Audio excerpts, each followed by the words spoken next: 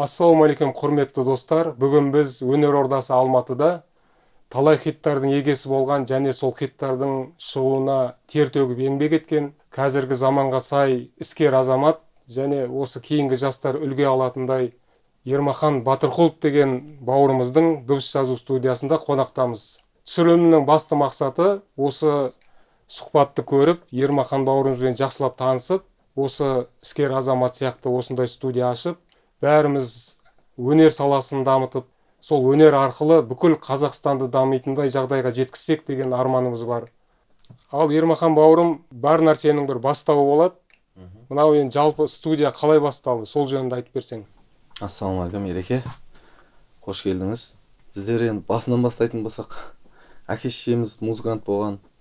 Содан соларды көріп өстік. Әуелі Алланың, сосын сол кісілердің нелерін көріп, жеттік осы неге.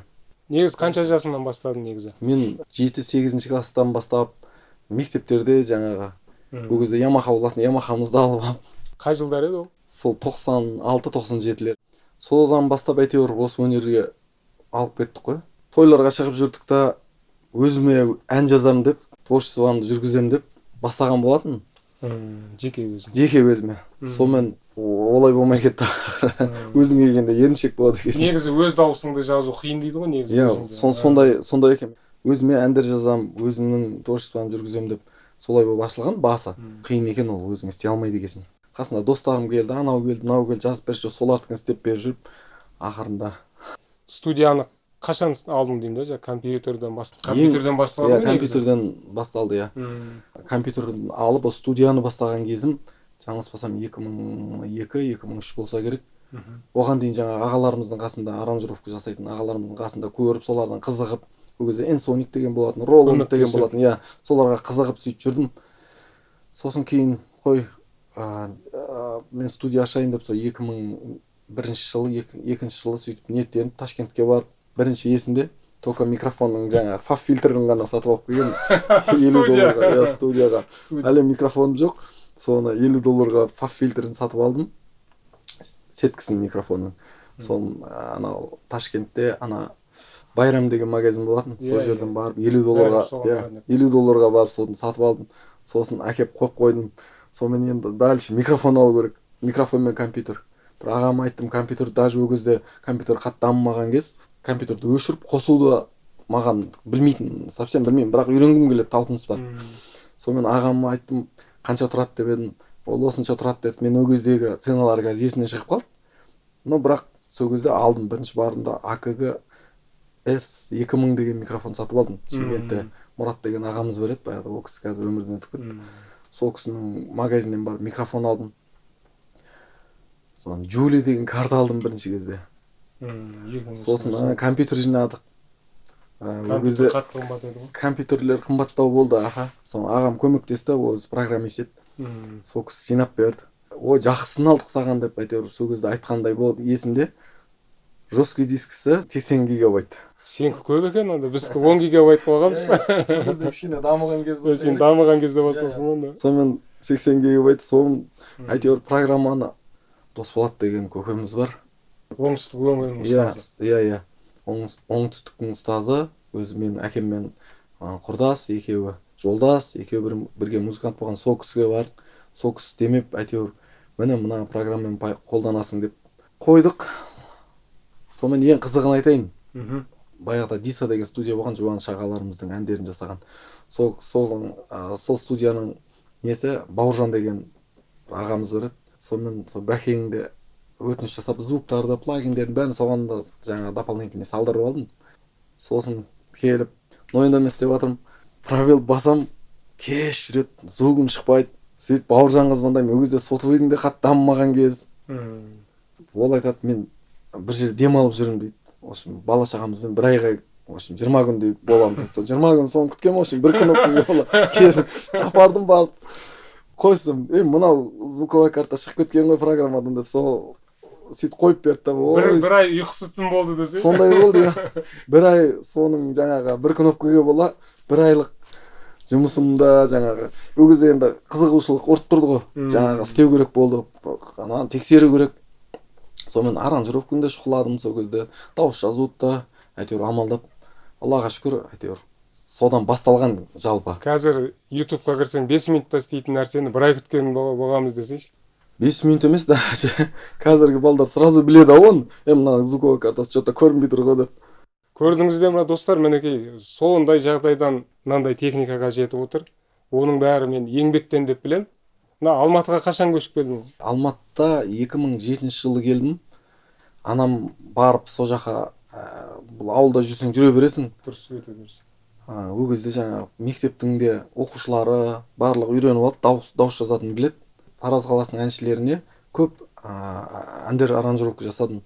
Ғани Матебаев, атап айта берсең көп. Шардарада жүріп. Иә, көп әндер жасадым. Ол кісілер риза болған екен. Әйтеуір сіздер Алматы жаққа өтпейсіз ба деп, енді жан-жақта ұсыныстар түсті. Сосын тәуекел Аллаға деп осы жаққа келдім, Алматыға. Сонымен келдім. Мұхит Қасқырбаев ағамыз бар. Сол кісі де көп демеушілік болды. Сосын келдім де осында Алматыда әйтеуір Әділ Сламхан бауырымыздың Әлболат деген аранжировщик інісі бар еді. Сонымен танысып, сол жерде Дана Махамбаева біздің студияға отыр деп, Әлболат інісі екеуміз отырдық. Сол жерден басталды, в общем. Ой, келе салып та оңай болған жоқ ештеңе. Кім келді ең бірінші? Бірінші ол жерде келіп қоныстанған кезде Жұбаныш ағамызға жаңағы дауыстар жаздым. Жаман басталмапты ғой басы. Жаман басталған жоқ енді. Одан кейін басталды, Алматы тобы келді. Мен оның арасында қызықтарды айтайын, енді ауылдан келдік. Келгеннен кейін мына жерге келіп күнделікті ол жақта тіршілігің бар, әйтеуір ақшаң бар. Бұл жақта ар жақтан жинап келген ақшаң бір айдан кейін таусылды мына жерде. Сонымен басталды, в общем. Бір кезде қайтам дедім мен. Ауылға қайтам, мынау что-то Алматы маған тура келмейді екен. Алматы өзі бір адамдарды қабылдайды, бір адамдарды қабылдамайды ғой, қала болған екен. Сөйтсем ол ондай емес екен. Шыдау керек екен барлық қиыншылыққа. Соны шыдап, қиыншылықтың бәріне төзсең ғана Алматыда сіңседісің, әйтпесе төссең Алматы, төзбесең ауыл десей. Ауыл, иә. Сонымен мен уже даже көлігіме бензин құятын ақша таппай қалған кездер болды да. Сонымен мен жаңағы Алматы тобындағы Мұхит ағамыз келіп әңгіме қылып отырып, мен мәке, мен қайтамын, мына жер маған дұрыс келмеді деді. Сөйтсем, жоқ, неге сен қайтасың? Сен ешкім танымайды ғой деді. Қазір сен біраз жүруің керек, жұмыс істейсің, сіңісің керек, сен бір ай болып келіп алып, бір айдан кейін қайтам деген ол дұрыс емес қой деді. Ол болмайды, сен шыдауың керек бұл. Кетпе, Алматыға сіңісу үшін 5 жыл керек. 5 жыл. 5 жылдан кейін барып сіңісесің деді. Сосын жарайды деп. Ол кісінің айтқаны қазір әлі де рахмет айтамын, ол кісіге Алла разы болсын. 2-3 күнде келеді, жігіттер не істеп жатсыңдар, жүріңдер мен сендерге айналдырып қайтайын деп Алматыны көрсетеді, барып тамақ әпереді бізге. Соның қызық болып. Сол кісі өте көп көмектесті, Алла разы болсын. Ол жерден де әйтеуір шығатын бір не болды, бір 3-4 ай жүрдік. Сосын Мұхит ағамызбен Нұрсұлтан інім келдік. Содан қазақ концертке барып орналастырды, Жеңіс Сейдулла ағамызбен таныстырып. Содан бері әйтеуір келе жатырмыз ғой. Қазақ концертте 10 жылдай отырдым мен. Кейін Мұқасан ағамызбен осы жерді ойласып, давай бір студия ашайық деп едім.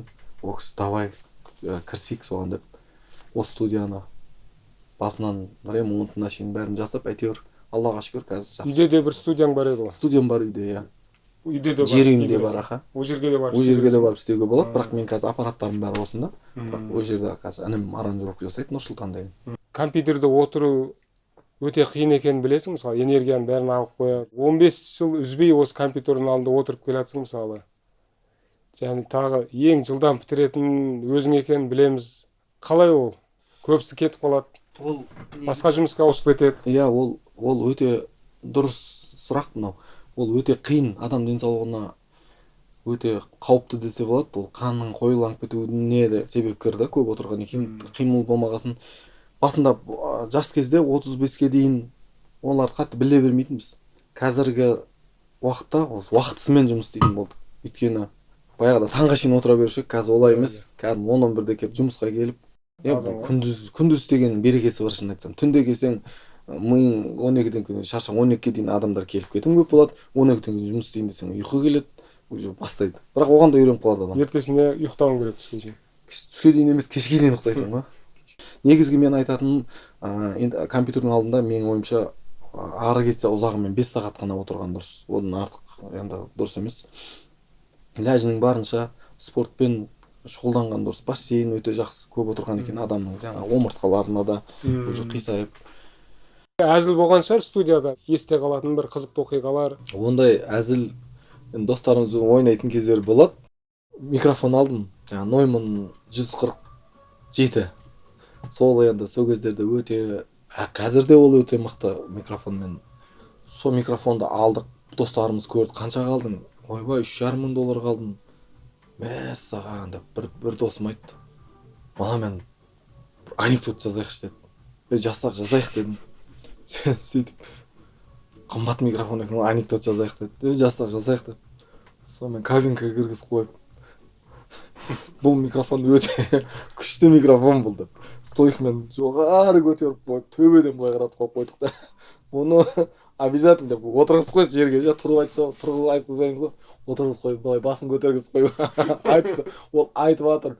Біз мына жақтан тырқылдап күліп жатырмыз. Ол біздің анекдотқа күліп жатыр деп жатыр да, ол жаңа айтып жатқан. Біз оған емес, ананың сөйтіп тұрған несіне күліп жатырмыз. Иә. Сөйтіп қалжыңдаған кездеріміз болған. Енді ондай көп енді. Қанша уақыт кетеді қазір енді әндер? Бір әнді сведение деп айтамыз ғой, енді сведение жасау үшін егер әрлеуші сол дыбыс таңдауды жақсы таңдап, бәрін ойдағыдай қылып жасаса, онда тез жасауға болады. Бастап келе жатқан балдарға, оларға көбірек отырып қалам. Неге десеңіз, олардың кішкене барабандарын ауыстырып қалу керек болады. Оларға өтініш жасап, мына бас гитараң дұрыс таңдамапсың, кішкене мынандай болса екен деген сияқты. Профессионал өңдеуші жазған қанша уақыт кетеді? Жаңа бастап жатқандардікі қанша уақыт кетеді саған? Егер жақсы өңдеуші жасаған болса, бір 2 сағат, 3 сағат жеткілікті болады. Бастапқы әрлеушілер болатын болса, ол кезде 5-6 сағатқа шейін созылып кетуі мүмкін. Ауыстырасың, одан кейін құлағың шаршап қалады. Кейде негізгі істеуге болады, бір 4-5 сағатта барлығын бітіруге болады. Қанша жылдан бері жаңағы тәжірибеге сүйеніп, ертерек істеуге уже әрекет жасайық. Бұрындары 2-3 күнде істейтінбіз, бір кездері дұрыс емес шығып қалады. Уже бұрындары дұрыс емес шыққан әндердің, жаңағы сведениелердің қазір ошибкаларын білесің, тәжірибемен өткесің. Тәжірибеңді алып саласың, сол ойыңды жаңағы жинаған тәжірибеңді салсаң, уже ол жеңіл бітеді. Бұрынғы аппараттармен, бұрынғы акустикамен қанша уақытта бітетін еді? Ол кезде енді ұзақтау істейтін, біз жас болдық па, әлде анау ойымыз далада көп болды ма, бала шаға да жоқ ол кезде. Созып алып ішіп істейтінбіз ол кезде. Кейде енді бір отырсаң істейсің ғой енді. Мен нақты айта алмаймын. Ол кезде заказ алып алып, бір жетінің ішінде істеп беремін деп ұзағымен уақыт алып аласың да, 2-3 күн қаңғыр боласың, әйтпесе. Шабыт шақырып. Бірақ отырсаң, шын мәнінде отырсаң 10-12 сағатта ұзағымен бітіріп тастайсың ғой, 5 сағатта кейде енді. Енді бас кезде интернет болмай ұзақ уақыт жіберсең, кейін мықты ұстаздардан жылдамдаттым дейсің ғой. Досекеңе барып сұрайтынбыз. Одан кейін менің тағы ұстазым Валек дейді ғой енді. Сол Валентиннен көп сабақ алдым, ол осы протулс жайлы, протулсқа өтуіме себепкер болған сол Досекең мен Валентин екеуі ұстазым. Сол кісі жеңіл жағынан протулсты да барлығын сол кісі үйретті. Плагин жағына келсек, бәрін қызықтыратын плагин деген нәрсе бар ғой қазір. Бұзылғанды да қолдандың, лицензионныйды да қолданып аттың. Енді соны түсіндіріп берсең, ол сапаға айырмашылық бар ма? Жұмыс істеуіне бір... Енді Ереке, мен бұлай қатты техник емеспін. Лицензионный емес десең, жаның рахаты. Біріншіден неге десеңіз, оны сатып аласың. Сатып алған екен, ол саған толықтай мүмкіндік береді.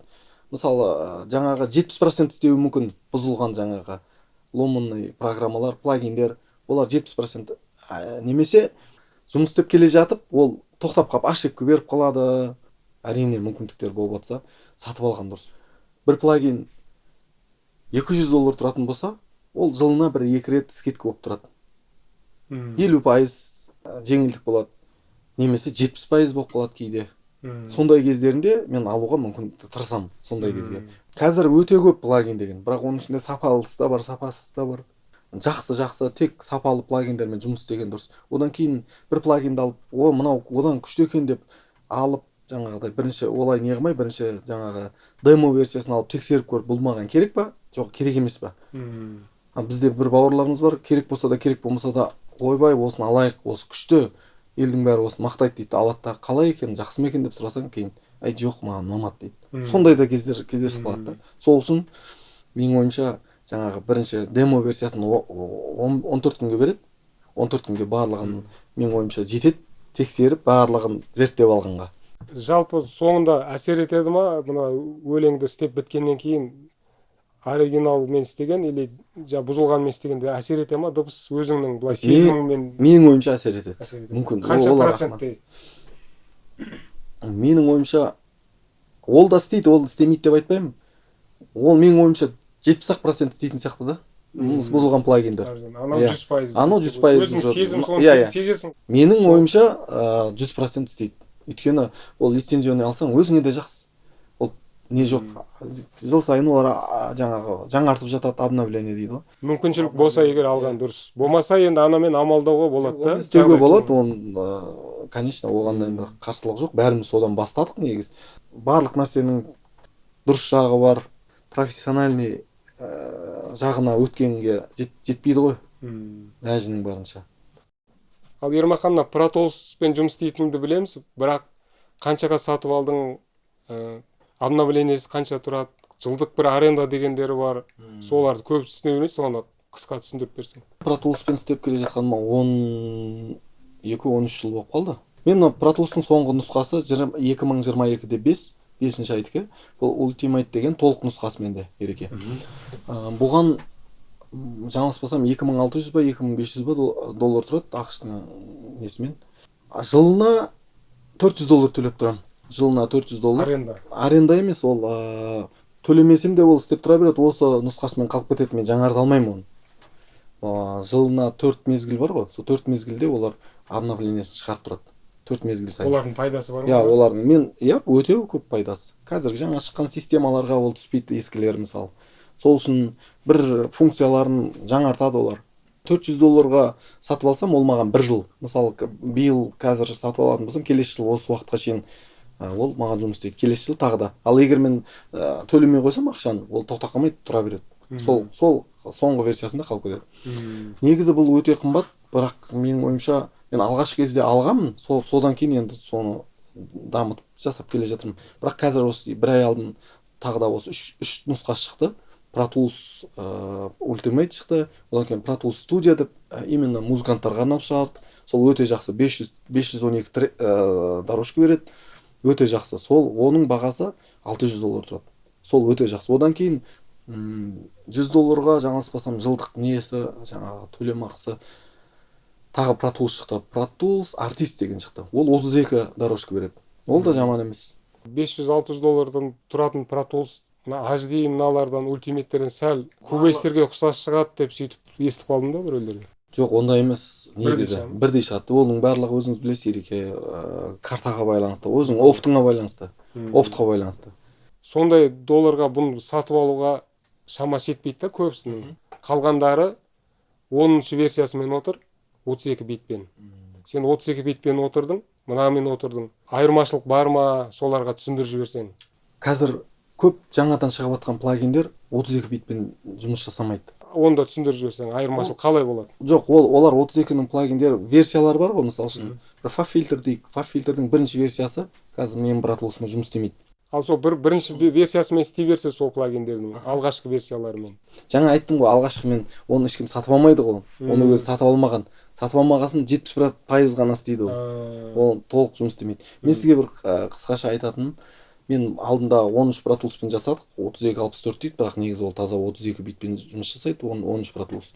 Мынаны алған кезде менде мастерингте не тұратын, SSL boost компрессор тұратын мастерингте. Ол кезде өте жақсы көмектесетін. Кәдімгідей күшті шығарады. Соның орнына плагин қойсам, уже ол отырып қалатын.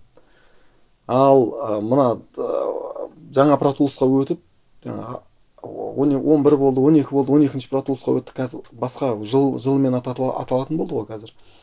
Соған өткен кезде мен байқағаным, 64 битке өткен кезінде байқағаным, маған уже ана SSL boost компрессор железасы темір кәдімгі. $3000 тұрады. Иә, $3600 тұратын железа маған керек емес болып қалды уже. Иә, бұрын бар еді, жоқ болып кетті қазір. Өйткені ол өте жақсы көмектесетін. Соның күшімен ғана шығып тұратын. Иә. Мен түсінгенім, соның күшімен өте жақсы шығатын плагин қойса онша емес еді. Мына Pro Tools'та анамен плагин 95% менің ойымша 90-95% темірдің жұмысын плагин уже істеп тұр. Енді бұдан кейін енді $3000 дайындаймай не қылады енді адамдар? Жоқ, білмедім. Негізі дұрыс, өзің неңді айтып жатсың. Иә, менің өзім тәжірибемді айтып жатырмын да. Иә, барлығы жұмысы бір, бірақ түрінде бір қатты өзгеріс жоқ. Бірақ сапасында жаңағы плагиндермен жұмыс жасағанда өте ыңғайлы. Енді мүмкіндік болса жаңасын қолданған өте жақсы. Мен кеңес берем, қазіргі егер бұндай қымбат ала алмайтын неге жаңағы $600 студия деген нұсқасын алған өте жақсы. Түсінікті. Сол өте. Заманауи әндерге өзің көзқарасыңды айтып жіберсең. Өте орынды сұрақ. Қазіргі басты тақырып осы болып тұр қазіргі жастардың арасында. Менің түсінгенім, жастардың музыкаға деген талпынысы өте жақсы. Қазақи болмысымызды неғымау керек. Ол міндетті түрде жүреді ғой қазақи әндер. Қазіргі жастар жаңа шетелге Американың, Европаның әндерін тыңдайды, Россияның әндерін тыңдайды. Олардың бағыттарына келсем, бірақ сөздеріне көбісіне келіспеймін. Мен олардың көбісінде сөздерін ауыстырып кел, немесе оны істемеймін деп қайтарып жүрген кездерінде болған.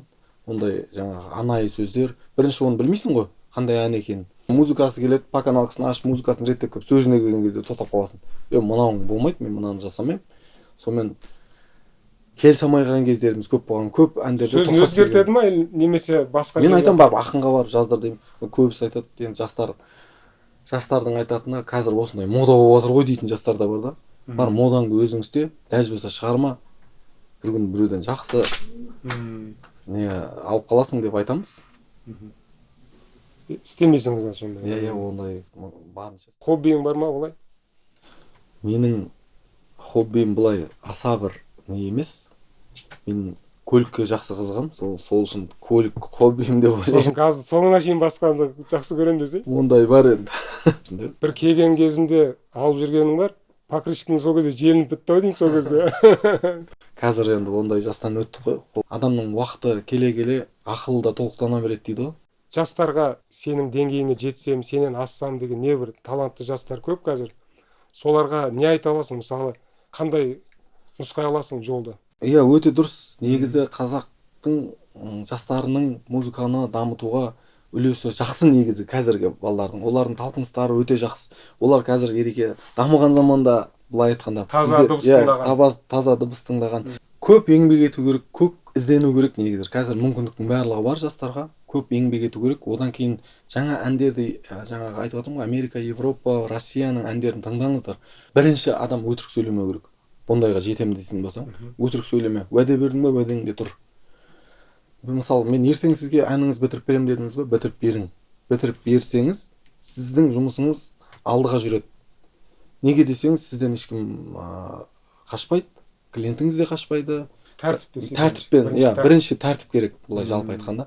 Тәртібің дұрыс болса, онда ешкімді алдамай, уақытында уәде беріп, біздерде көбісі уақыт жағынан телефон алмай жатыр деп қалады. Көп жаңағы әріптестеріміз сол жағынан көбісі қашады да. Ол кісінің әншінің концерті келіп қалуы мүмкін. Мысалы, шабыты келіп тұруы мүмкін айтуға.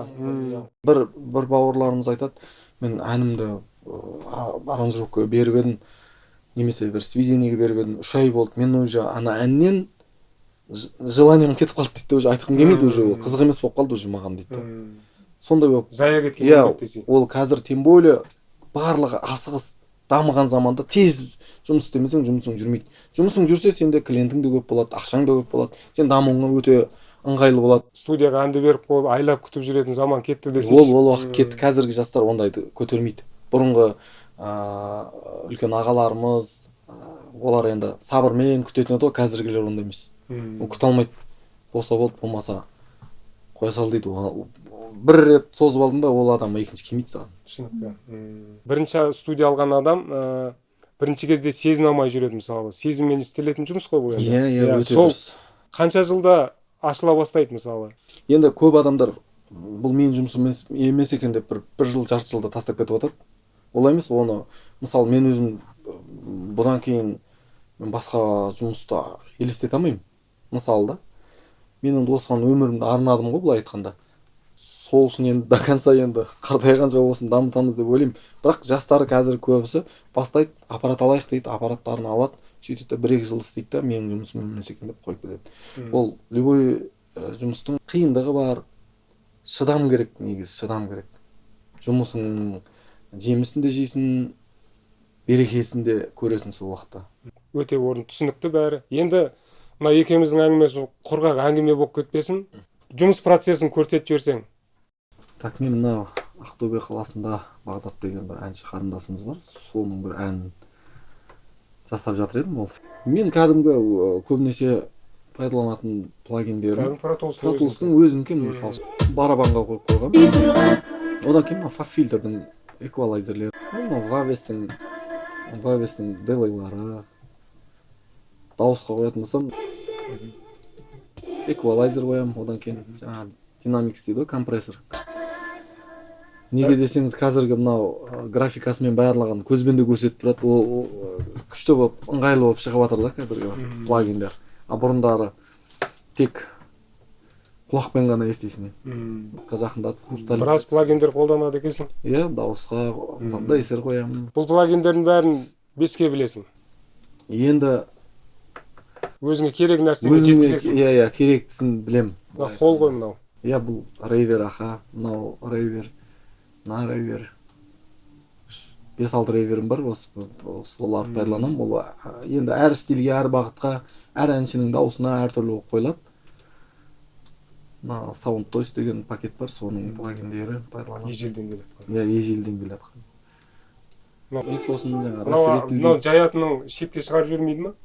Жоқ, бұл өте сапалы жұмыс дейді деп ойлаймын менің ойымша. Бұндай көп жаятын, бірақ бұл жерде жаңағы мид-сайтты да барлығын шет жақта қандай жұмыс жүр? Иә, мультибенд компрессор барлығын. Соңғы нұсқасы ML4 деп шықты, бұрын 4000 дейтін еді ғой. Бірақ екеуі бір-бірін көре береді. Жұмысы бір. Одан кейін мынау. Бұрынғыдан айырмашылық бар ма бұрынғыдан? Бұрынғыдан сәл бар, иә. Мынау кішкене дамыған. Тұтары кішкене более жұмсақтау. Мына FabFilter'дің лимитерін пайдаланамыз, сосын AOM деген алдамайды. Таза істейді ғой бұл. Алдамайды, өте. Таза шығару үшін қойылатын еді ғой. Иә, өте честность дейді деп айтады ғой. Осында енді FabFilter'дікі ол кішкене жұмсақтау болады, низасын сәл кеседі ол. Мынау жасына? Мынау низкейтте ешқандай кеспейді, компрессорда қоспайды. Тек жаңағы лимитер максимайзер болып жұмыс жасайды. Мына балансқа көп отырасың ба, әлде жаңа басқа жағына көп отырасың ба? Ең бірінші баланс қой негізі. Негізі музыка деген баланстан құралады ғой өзі. Иә. Балансы жоқ болса, қанша плагинмен турласаң да уже болмайды. Болмайды ол. Сол балансқа қанша уақыт отырасың? Балансқа алғашқы кездерде бір 3-4 сағат отыратын, қазір жаңылыспасам енді живой инструменттер көп болмаса 1 сағат максимум 1,5 сағатта істеп тастауға болады. Егер жаңа домбыра немесе гитара болатын болса, оларды ритм жақтарын турлау керек болып қалады. А так негізі 2 сағаттың ішінде балансын қойып 1 сағатта дауыс қоюға болады. Windows пен Mac'тың айырмашылығын түсіндіріп жіберсең, өзіңнің. Мен түсінгенім, Windows'ты жамандамаймын. Windows ол өте ақкөңіл, өте қазақтарға арналған сияқты да, былай айтсам. Ештеңені көңілін қалдырмайды, сатып алмайсың. Рутрекерге берсең, барлық плагинің тұр. Аласың да, қойып аласың да, жұмысың жасай бересің. Windows'тың ұнамайтыны, оның звугы кішкене темірлеу болып шығады. Ереке, оны сіз өзіңіз өте жақсы білесіз. Одан кейін оның құлақты шағып жүреді. Проблемасының бірі вирус. Вирустан әйтеуір бір флешкеден бір нәрсе келсе, әйтеуір бір программа ашпай қалады, айтпаса. Сондай көп болған, енді қазіргілерін білмеймін, мен 10 жылдан асып кетті Mac'тың несімен. А Mac'та вообще проблема жоқ. Бұда даже 5-6 жыл система ауыстырмай жұмыс істей бересің. Өзіңіз оны өте жақсы білесіз, Hackintosh Mac қоясыз. Түсінікті. Ал енді мына аппарат жағына келсек, аппараттарын түсіндіріп берсең. Неден бастайын, айтыңыз. Мына жерде пульт тұр екен, пультты қандай қызмет қолданып жатсың? Бұл пульт SSL деген пульт жаңаға. Бұл аналогта болады, цифрада болады. Сол үшін микрофонда жаза бересің, кәдімгі 48 вольт болсын. Жоқ, бұда преампы жоқ, бірақ как аналог пульт ретінде пайдалана аласың. Бұда мынаны қазір қараңыз, мына битсеңіз уже аналог пульт болады. Кәдімгі по канальный жібере аласың да. Бірақ бұда 16 ғана канал. Ну қазір барлығы как сумматор ретінде пайдаланады ғой, сол үшін цифровой қолданасыңдар ғой сендер қазір. Мен қазір тек цифровой, мысалы үшін былай пайдалансаң уже көтеріп түсірсең уже мына жақтан да пайдалана береді. Иә. Ең бастысы карта ғой, Ереке, өзіңіз жақсы білесіз. Ол Prism Sound конвертер тұр. Ол енді жаңағы цифрозвукты аналогқа өте сапалы аударады. Бағасын айтып қорқытпай-ақ қоясың ғой. Айтпай-ақ қойын. Қымбаттау тұрады. Оны түсіндіріп берейін, сен баяғыда осының алдында істеп жүрген едің ғой, басқа картамен. Сонымен бір өлең жібердің, кейін мына картаны алдым деп сол өлеңмен жіберген едің ғой.